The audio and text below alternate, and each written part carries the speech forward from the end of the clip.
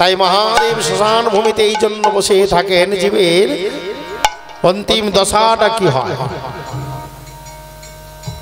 দক্ষ মহারাজ বললেন যে ঘৃণা করে যাহা কেউ না করে ভক্ষণ তাহাই গ্রহণ করে অভাজন।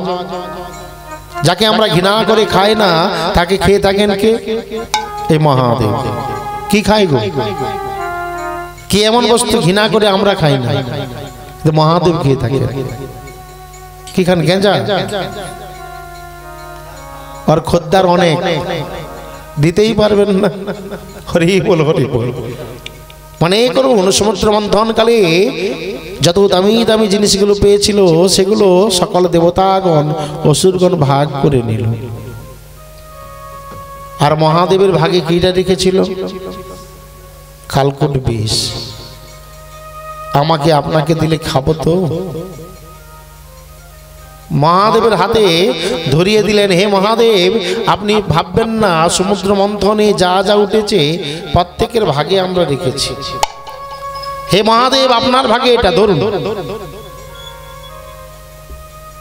মহাদেব চিন্তা করছেন, বাহ, যত উচ্চশ্রবা ঐরাবত পারিজাত সকল দামি দামি জিনিসগুলো তোমরা নিয়ে নিলে, আর আমার হাতে ধরিয়ে দিলে এই কালকোট বিষ। মহাদেব একবার বিষের দিকে দেখছে আর একবার জগৎ সংসারের দিকে তাকাচ্ছে। চিন্তা করলেন এই বিষ যদি জগৎ সংসারে পড়ে জগৎ সংসার ধ্বংস হয়ে যাবে। এই জগৎ সংসারকে রক্ষা করতে হবে এই কালকুট বিষ থেকে। কিভাবে রক্ষা করব? জগৎ সংসারকে রক্ষা করবার জন্য আমার যদি মৃত্যু হয় তা আমি স্বীকার, কিন্তু জগতের অনিষ্ট আমি হতে দিতে পারি না। তাই মহাদেব নিজেই সেই বিষ পান করলেন। বিষ পান করে যন্ত্রণায় ছটফট করলেন, গলায় ধারণ করে নীলকণ্ঠ বনে গেলেন। চিন্তা করুন, আপনি বৈষ্ণব হয়েছেন, বৈষ্ণব ধর্ম গ্রহণ করেছেন, বৈষ্ণব ধর্মের যে মূল উদ্দেশ্য সেটাকে মাথায় আপনাকে রাখতে হবে। বৈষ্ণব ধর্ম শ্রেষ্ঠ ধর্ম। বৈষ্ণব ধর্ম সকল ধর্মের শ্রেষ্ঠ ধর্ম। এই জন্য বৈষ্ণব ধর্মের নীতিটা হলো জগৎ সংসারের কল্যাণ করা। মহাদেব শিখিয়ে দিলেন। শুধু তাই নয়, চৈতন্য চরিতামৃত বললেন, ভারত ভূমিতে জন্ম হইল যার, জন্ম সার্থক করি করো পর উপকার। অন্যের উপকারে যদি আপনার জীবন না লাগলো তবে আপনার ভারতবর্ষে জন্ম হওয়াটাই বৃথা হয়ে গেল। চিন্তা করুন, এত বড় মহান ব্যক্তি পরম বৈষ্ণব, তাকেই ঘৃণা করলো, তারই গালমন্দ করলেন দক্ষ মহারাজ। তারই বলল যজ্ঞ ভাগে পাবে না। যেই না বলল নন্দীশ্বর উঠে পড়ে প্রতিবাদ জানালেন, হে দক্ষ মহারাজ, কত বড় আপনি অপরাধ করছেন, শিবের চরণে আপনি জানেন না। আপনি মুকুটের অহংকারে, সিংহাসনের গদির অহংকারে আপনি মহতের অপমান করছেন। আমি নন্দীশ্বর। হে দক্ষ মহারাজ, আমি শিবের অনুচর, আমি নন্দীশ্বর, আমি আপনাকে অভিশাপ দিচ্ছি। যে মুখে আপনি শিব নিন্দা করলেন ওই মুন্ডুটা, ওই মুখটা আপনার থাকবে না। ওই মুখের পরিবর্তে আপনার ছাগ মুন্ডু হবে। ছাগ মুন্ডু যখন হবে তখন তোমার দেহ জ্ঞান জাগবে, তখন তোমার বিবেক জেগে উঠবে, তখন তুমি শিব স্তুতি করতে চাইবে। কিন্তু ওই বসু মুখে, ছাগ মুখে তুমি আর মহতের স্তুতি করতে পারবে না। যখন হাতাহাতি হয়ে যাবে, মহাদেব দেখলো যুদ্ধ লেগে যাবে, শিব অনুচর তার নন্দী ভিঙ্গি বলে চল চল চল, এখান থেকে চল। সবাইকে ডেকে নিয়ে চলে গেল।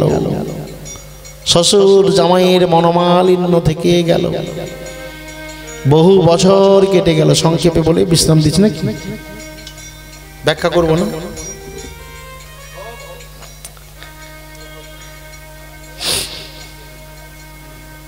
না, রাত্রি হয়েছে তো এই জন্য। হরে কৃষ্ণ। ওই জন্য ব্যাখ্যাগুলো ছেড়ে দিয়ে চলে যাবো। তাই কি করলেন, শ্বশুর জামাইয়ের মনোমালিন্য থেকে গেল গো, কেউ সমাধান করলো না, কেউ সালিসি সভাটাও ডাকলো না। কি ক্ষতি হবে, কার ক্ষতি হবে? শিবের ক্ষতি হয়ে যাবে, দক্ষ মহারাজের ক্ষতি হয়ে যাবে, না কার ক্ষতি হবে? কেউ তো আর যজ্ঞ করছে না, যজ্ঞ যাগযজ্ঞ সব বন্ধ হয়ে গেল। যাগযজ্ঞ যখন বন্ধ হয়ে গেল তখন দেবতাগণ ছটফট করছে, কিসে না ক্ষুধাতে। তাদের যে রাজা ইন্দ্র তার নিকটে পৌঁছে গেল, আপনি তো আমাদের রাজা না? বলে হ্যাঁ। বলে আপনি কেমন রাজা? প্রজাদের কষ্টের কথা চিন্তা করতে হবে না? বলে কি কষ্ট? বলে কি কষ্ট মানে কেউ আর যজ্ঞ করছে না, যজ্ঞের হবি পাচ্ছি না, হবি না পেলে আমরা শুকিয়ে শুকিয়ে মরে যাচ্ছি। আপনি কিছু খাবারের ব্যবস্থা করুন, যজ্ঞ করবার ব্যবস্থা করুন। দেবরাজ ইন্দ্র বললেন, কে শিবহীন যজ্ঞ করবে? কার এত বুকের পাটা আছে? ভয়ে তো কেউ যজ্ঞ করছে না। বলে তাহলে কি শুকিয়ে মরবো? দক্ষ যাকে অভিশাপ দিল তার তো কোনো কষ্ট নেই, কারণ তার ঘরে রয়েছে দেবী অন্নপূর্ণা। দেবী অন্নপূর্ণা যার ঘরে বিরাজিতা, তার তো খাবারের অভাব থাকতেই পারে না। তাহলে মাঝ থেকে তো আমাদেরই কষ্ট হচ্ছে, কি করব এখন? দেবরাজ ইন্দ্র বলে খুঁজে পাচ্ছি না, কি করব এখন? ঠিক এমন সময় ঢেকি আরোহণে আসছেন কে? কৃষ্ণ কেশব, কৃষ্ণ কেশব, সুধা মাখা এই নাম, হরি নাম, মধু মাখা এই নাম। কৃষ্ণ কেশব, কৃষ্ণ কেশব, সুধা মাখা এই নাম, হরি নাম, মধু মাখা এই নাম।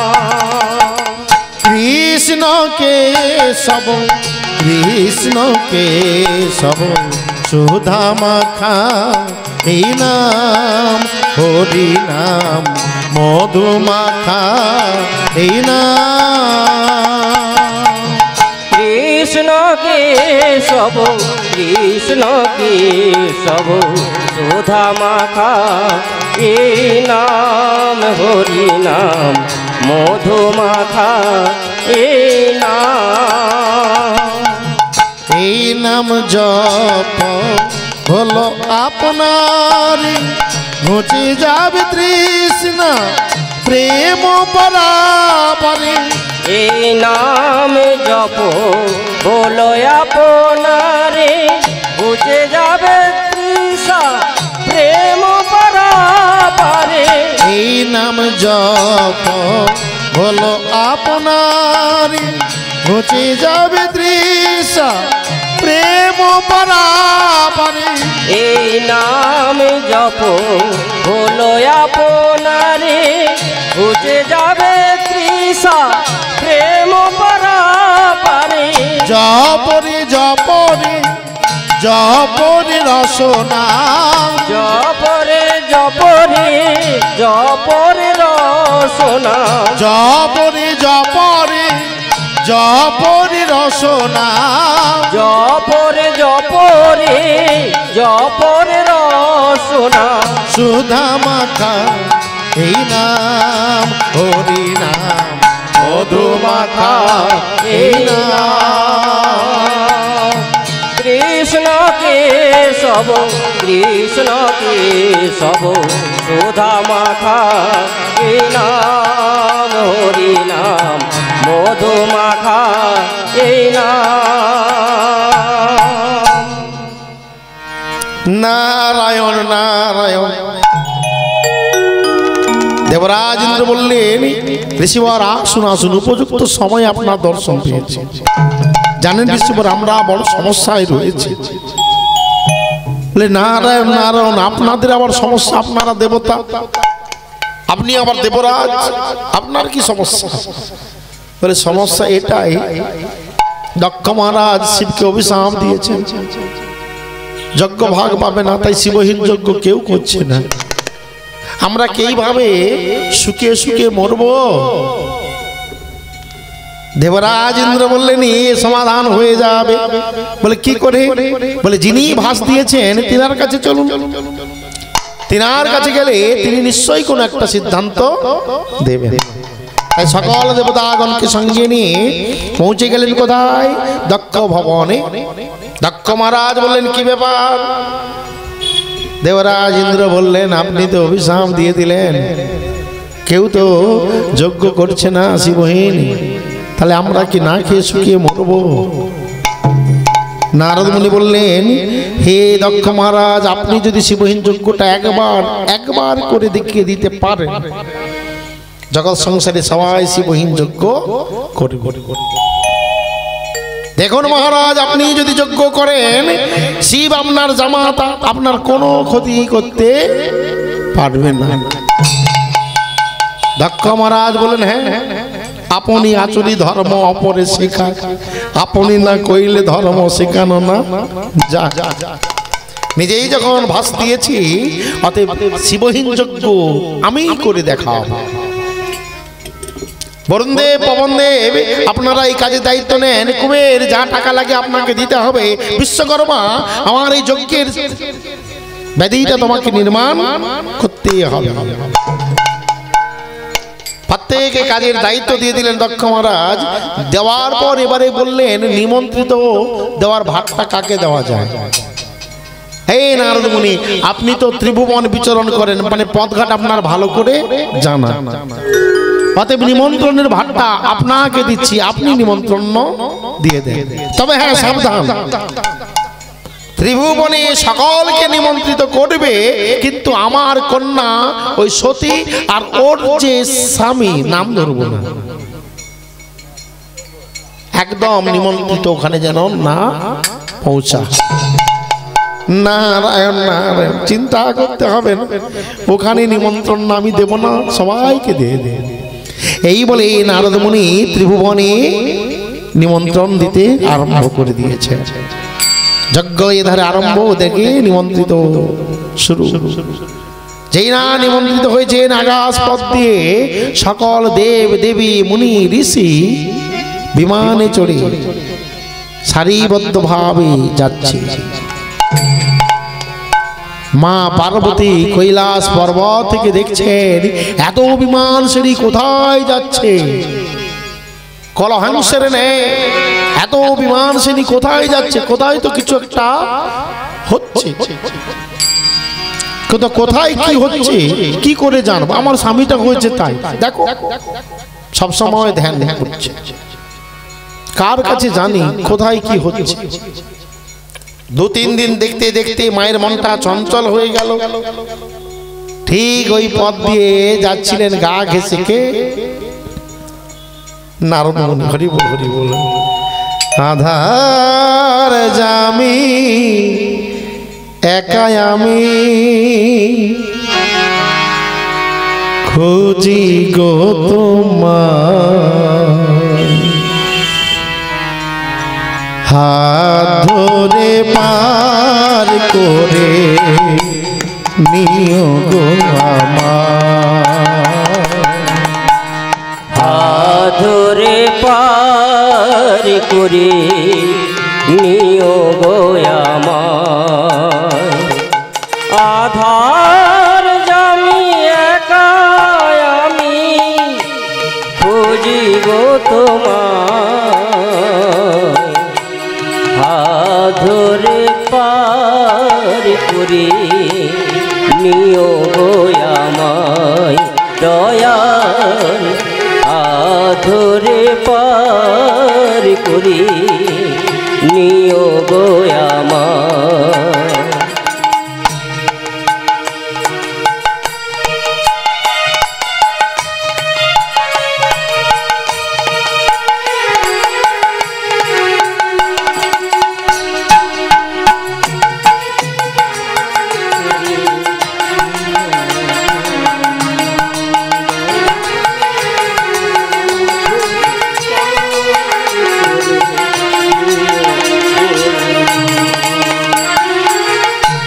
রাধার মন মদন মোহন ও গো গিরিধারী অহরহ ধ্বনি শুনি যে তোমারি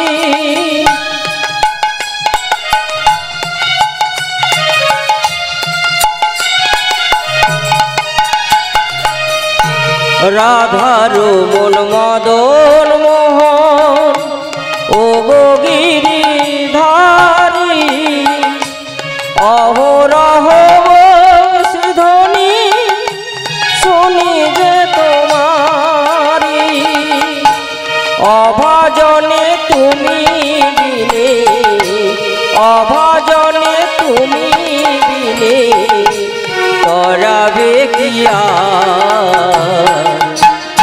আদরে পার করি নিও গো আমায় দয়াল আদরে পার করি নিও গো আমায় আধার জামি একা আমি খুঁজিব তোমায় আদরে পার করি নিও গো আমায় দয়াল আদরে পার করি নিও গো আমায় পিতা মাতা ভগ্নী ভাতা দুটি দিনের দেখা শেষের দিনে স্বজন বিনে যেতে হবে একা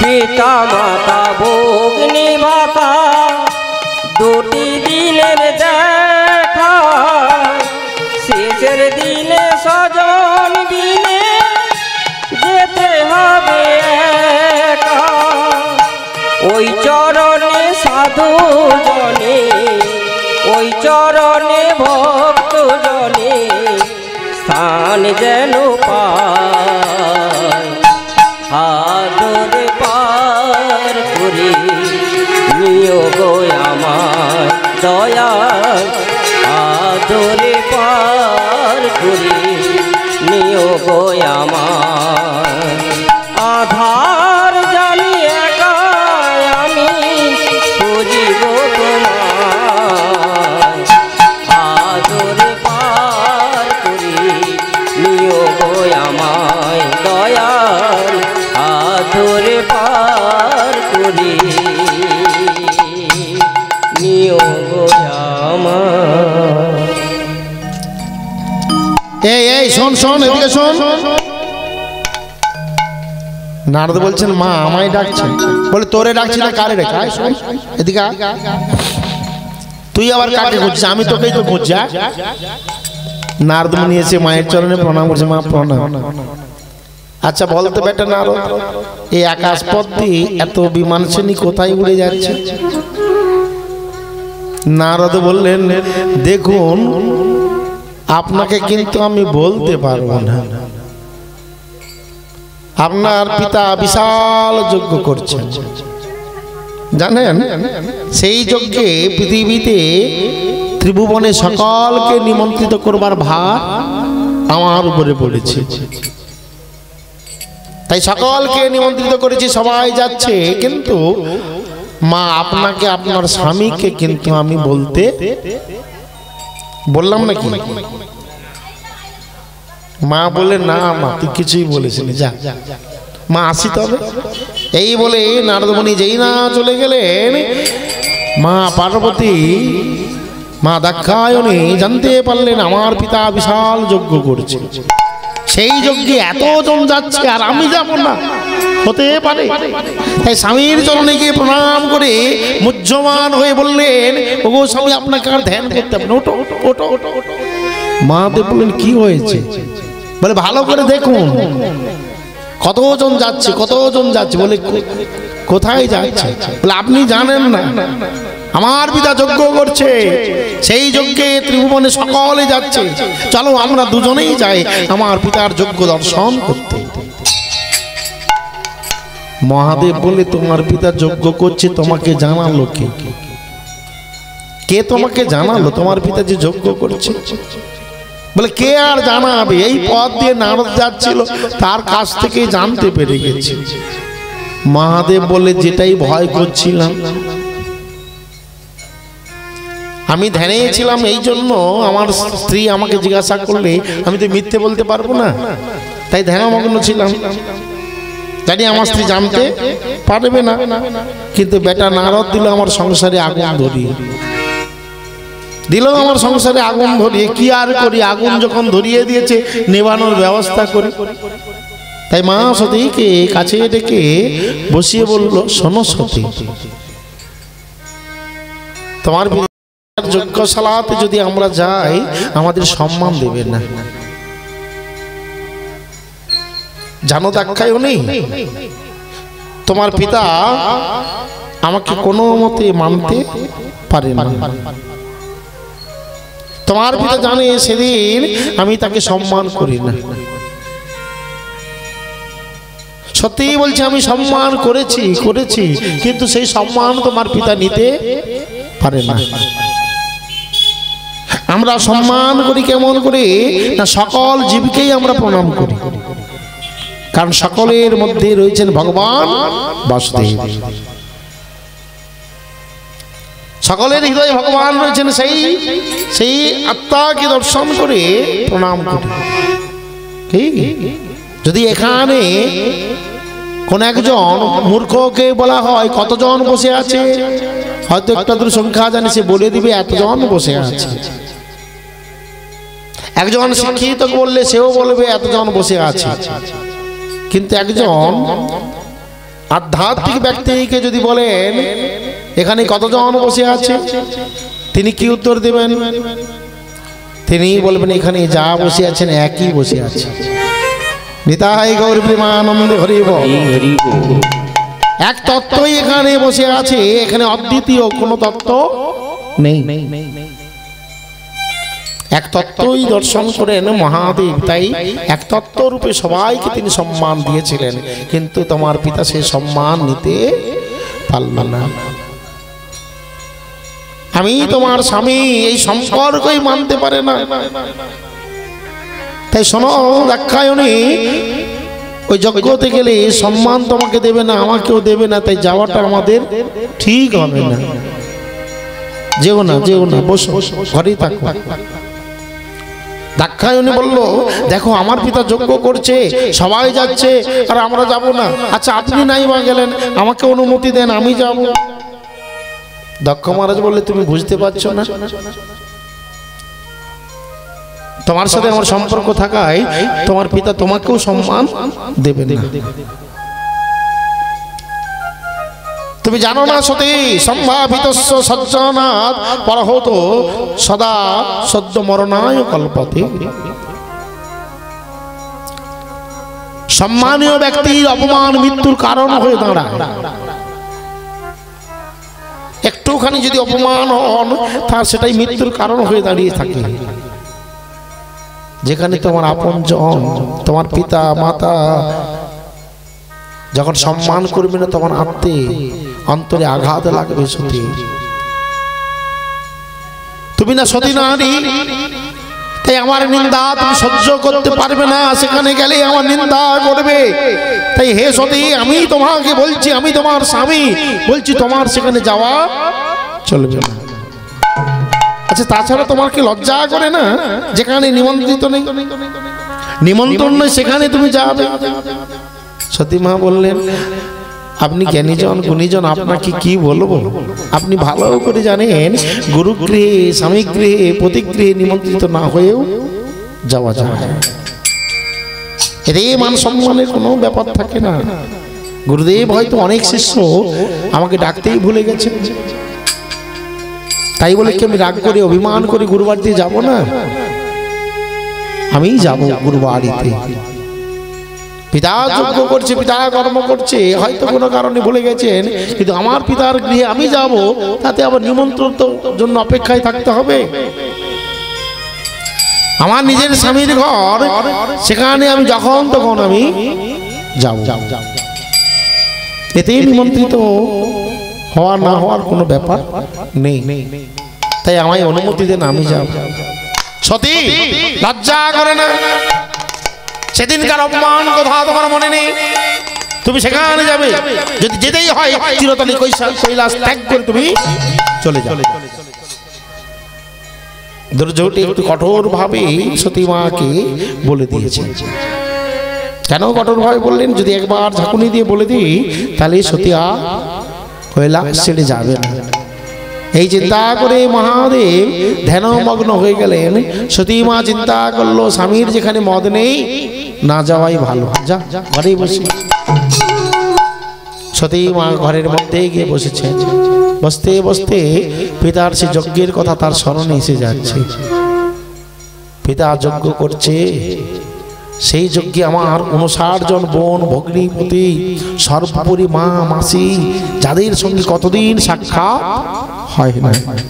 এত বড় যজ্ঞ করছে মানে কত আত্মীয় বন্ধু বান্ধব, পুরনো কুটুম নতুন কুটুম সবাই আসবে, সবার সাথে এই সুযোগে সাক্ষাৎ হয়ে যাবে। আমি যাব আমার পিতার যজ্ঞ দর্শন করতে। ঘর থেকে যেই না বেরিয়ে গেল, বেরিয়ে এসে সম্মুখে স্বামীকে যেই না দেখেছে, বলে না যাব না, স্বামীর মত নেই, যাব না, যাই। সতী মা একবার ঘর একবার বাহির, একবার বাহির একবার ঘর। সাধারণ গৃহবধূর মতো মায়ের মন চঞ্চল হয়ে উঠেছে। কি করবে? স্থির হয়ে ঘরে বসতে পারছে না। বসতে বসতে চিন্তা করছে, আমার পিতা তো আমার স্বামীকে অপমান করবার জন্য যজ্ঞটা করছে।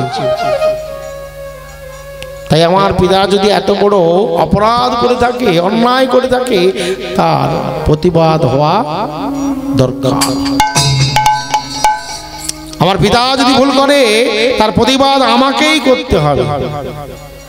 অতএব আমি যাব এই যজ্ঞ দর্শন করতে। যেই না চিন্তা তড়িৎ গতিতে ঘর থেকে বেরিয়ে গেলেন মা। একাকিনী ছুটে চলেছেন পাগলিনীর ন্যায়। নন্দী ভিঙ্গি বিস্ময় হয়ে তাকিয়ে আছেন, মা কোথায় যাচ্ছে? ভিঙ্গি বলছে, তুই জানিস না বাবা মায়ের ঝগড়া হচ্ছিল মামা দরজাওয়ানি, ওই মা রেগেই পালিয়ে যাচ্ছে। নন্দী বলল, মা কি এরকম ভাবে হেঁটে হেঁটে যাবে? ওরে ভিঙ্গি, বাবার ওই সাদা রঙের মারুতিটা আছে, ওটা আন। মারুতি তো বিষব ষাঁড়, আচ্ছা আচ্ছা তাই হবে। ভিঙ্গিকে বললো, ভিঙ্গি ওই বিষবটাকে আন, ষাঁড়টাকে আন। মা হেঁটে যাবে নাকি? মায়ের কষ্ট হবে না? মা দাঁড়ান দাঁড়ান, এই বলে ছুটে গিয়ে বিষবকে এনে তার পৃষ্ঠে বসিয়ে দিলেন। কাকে? মাকে। মায়ের মাথায় ছত্র ধারণ করলেন, গলায় সুরভিত পুষ্পমাল্য প্রদান করলেন। চামর বেজন করতে করতে দুদুম বিবিধঙ্গ বাজাতে বাজাতে মাকে নিয়ে যাচ্ছেন তার পিতৃগৃহে। ভবানী চলেছেন ভবানীপতিকে ছেড়ে, বিশ্ব জননী চলেছেন তার পিতৃভবনী দক্ষ ভবনে। কিন্তু সারাটা পথ কি যে চিন্তা করতে করতে যাচ্ছে মা নিজেই জানেন। কি চিন্তা করছে যে আমি আজ স্বামীর অনুমতি না নিয়ে যাচ্ছি। কোনোদিন তো অনুমতিবিহীন যায় না। তাই আমার অঙ্গে সুচারু অলঙ্কার নাই বা থাকলো, কোনো অলঙ্কার মা সেদিন পরেন না। কিন্তু মহাদেবের আশীর্বাদ স্বরূপ মৃত্যুঞ্জয় কবচটাও যে আমার কাছে আজ নেই। এই অনুমতি স্বরূপ মৃত্যুঞ্জয় কবচটাও যে আমার কাছে আজ নেই। অন্তর পুড়ে যাচ্ছে। দ্বন্দ্ব নিয়ে মনের মধ্যে দ্বন্দ্বের ঝড় উঠছে। সেই ঝড় নিয়ে চলে গেছেন কোথায়? দক্ষ মহারাজের যজ্ঞশালাতে। যজ্ঞের মধ্যখানে দক্ষ মহারাজ দণ্ডায়মান, আর চারিদিকে ঋত্বিক ব্রাহ্মণ তারা জোরে জোরে মন্ত্রবাদ করছেন, বেদ পাঠ উচ্চারণ করছেন, গীত বাদ্য পশুপদের চিৎকার। একদম যজ্ঞশালা জাঁকজমক ভাবে যজ্ঞ চলছে। ঠিক এমন সময় সতী মা যখন যজ্ঞশালায় পদার্পণ করলো, সব স্তব্ধ হয়ে গেল, যেন ইন্দ্রজালিকের মন্ত্র প্রভাব। যজ্ঞ চলছে, পুজো চলছে, কোনো শব্দ শোনা যাচ্ছে না। সবাই অবাক হয়ে তাকিয়ে আছেন সতী মায়ের দিকে, তাকিয়ে আছেন দক্ষ মহারাজের দিকে। যে দক্ষ মহারাজ শিবকে নিন্দা করবার জন্য, অপমান করবার জন্য যজ্ঞ করছে, তাহলে সেই সতী মা এখন এসে গেছে, কি হবে এরপর, কি হবে? সতী মা কোনো দিকে না তাকিয়ে ছুটে গিয়ে পিতার চরণে প্রণাম করলেন। পিতা, ভালো আছেন তো? যেই না দক্ষ দেখলো, সঙ্গে সঙ্গে মুখ ফিরিয়ে নিল, পা সরিয়ে নিল, সতী মায়ের দিকে আর ঘুরে তাকালেন না। সতী মা তো অবাক হয়ে গেলেন, আমি এই পিতার আদরণীয় কন্যা,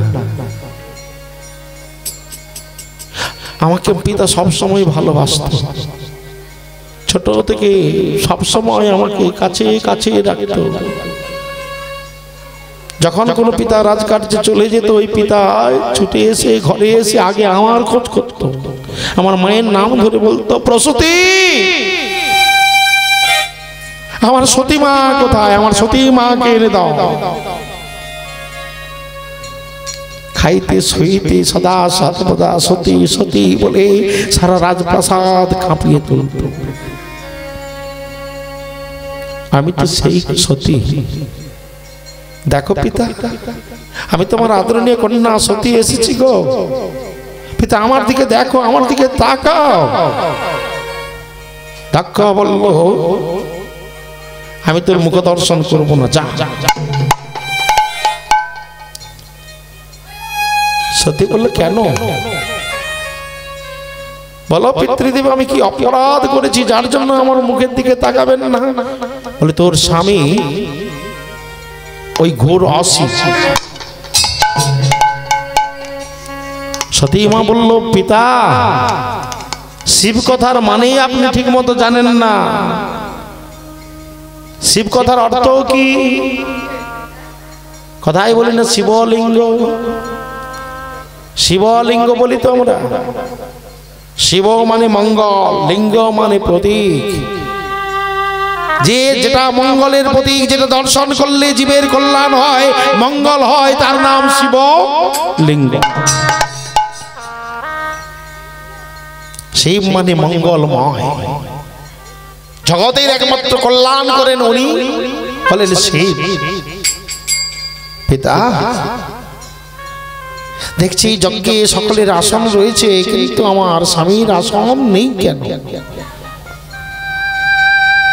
আমার স্বামীর আসন কেন দেখতে পাচ্ছি না? বলো পিতা, আমার স্বামীকে কেন যজ্ঞ ভাগ তুমি দেবে না? দক্ষ মহারাজ বললেন, ওই মর্কটলোচনের নামটা আমার সামনে উচ্চারণ করিস না সতী, দূর হয়ে যাও আমার সামনে থেকে। পিতা, আমার স্বামীর নামের মাহাত্ম্য তুমি জানো না। পিতা, এখন আপনার চরণ ধরে প্রার্থনা করছি, আপনি শিবনিন্দা করবেন না,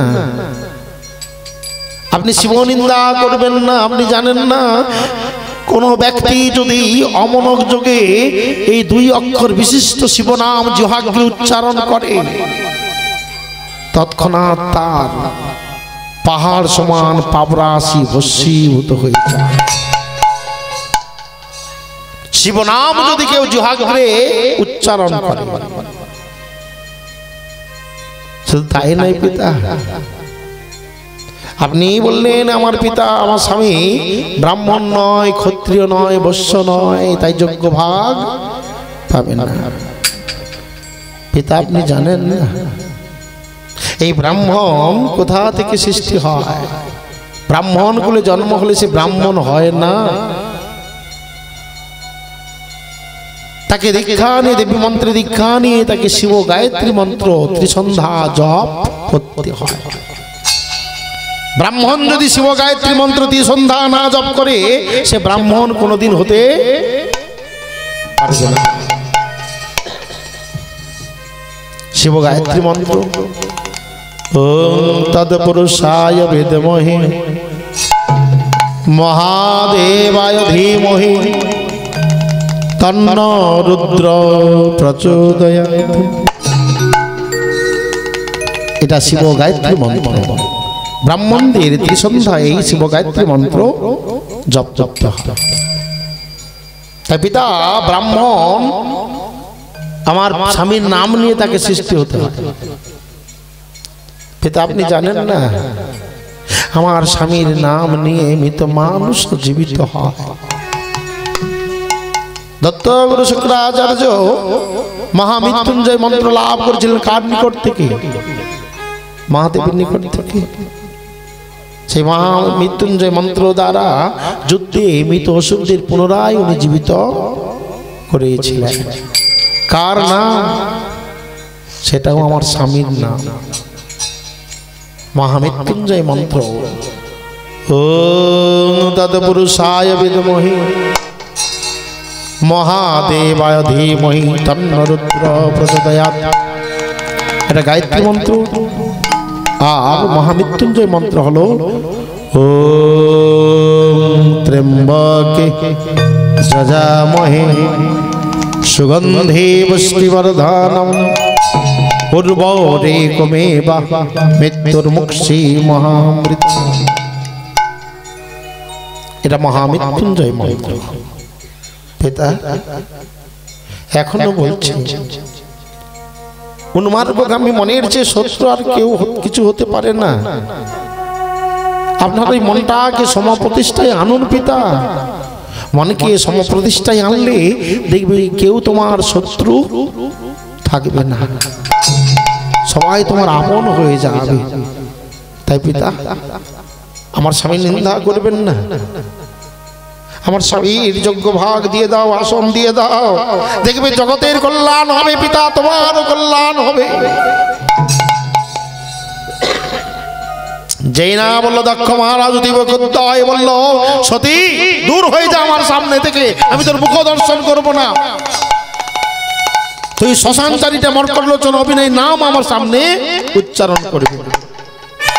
ওরে কে আছিস, একে বের করে দে এখান থেকে। সতী মা বললেন, পিতা আমি সতী নারী, বারবার আমার স্বামীর নিন্দা আমার সামনে করলেন। এই মুখ আমি আমার স্বামীকে দেখাবো না। কোন মুখে দেখাবো আমার স্বামীকে? জানো পিতা, আমার স্বামীর কাছে গেলে আমার স্বামী আমাকে বেশিরভাগ কোন নামে ডাকে জানো? সবসময় আমাকে ডাকে দাক্ষায়ণী, দাক্ষায়ণী। দক্ষের কন্যা বলে দাক্ষায়ণী বলে ডাকে হবে। কিন্তু আপনি সেই আমার পিতা হয়ে আমার স্বামী নিন্দা করলেন। এই নিন্দা, এ পাপ, এ আমার। কারণ পিতা মাতা সংসারে যদি পাপ করে, সেই পাপের কর্মফল সন্তান সন্ততিকেও ভোগ করতে হয়। পিতা মাতা যদি পুণ্য সঞ্চয় করেন, পুণ্যবান হন, সেই পুণ্যের ফল সন্তান সন্ততিও পায়। পিতা মাতা যদি অর্থ সঞ্চয় করে রাখে, সেই অর্থের ভাগ পায় কারা? সন্তান সন্ততি। ঋণ করে গেলে সেই ঋণটাও শোধ করতে হয় কাকে? সন্তান সন্ততিকে। কেন জানো পিতা? এই শরীরটা পেয়েছি বাতাস থেকে নয়, শূন্য থেকে নয়, আপনার থেকে। আপনার শরীর থেকে আমার এই শরীরটা আমি পেয়েছি।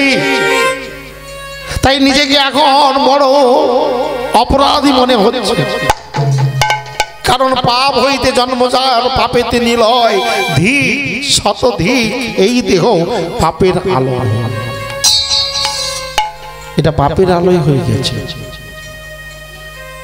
পাপিষ্ঠময় শরীর হয়ে গেছে। আমি এই মুখ আর দেখাবো না। এই চিন্তা করে ওই যজ্ঞের দক্ষিণ অগ্নিতে বসে, আসনে বসে পীত বস্ত্র পরিধান করে সতী মা মহাদেবের উদ্দেশ্যে প্রার্থনা করে বললেন, ওগো স্বামী, বারবার আমায় বলেছিলে সতী যেও না, যেও না, গেলে তোমাকে সম্মান করবে না সতী।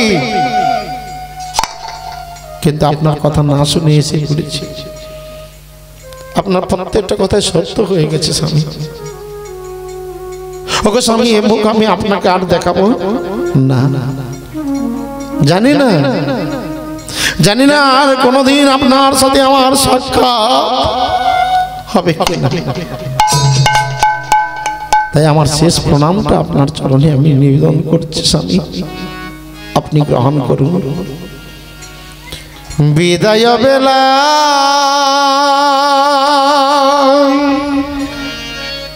রেখে যাই স্বামী,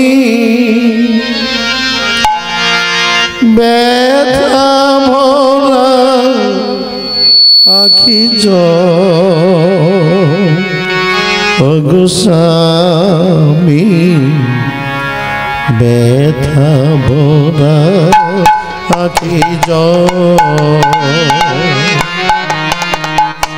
বিদায় বেলায় রেখে যাই স্বামী, ব্যথা ভরা আখি ওগো স্বামী, ব্যথা ভরা আখি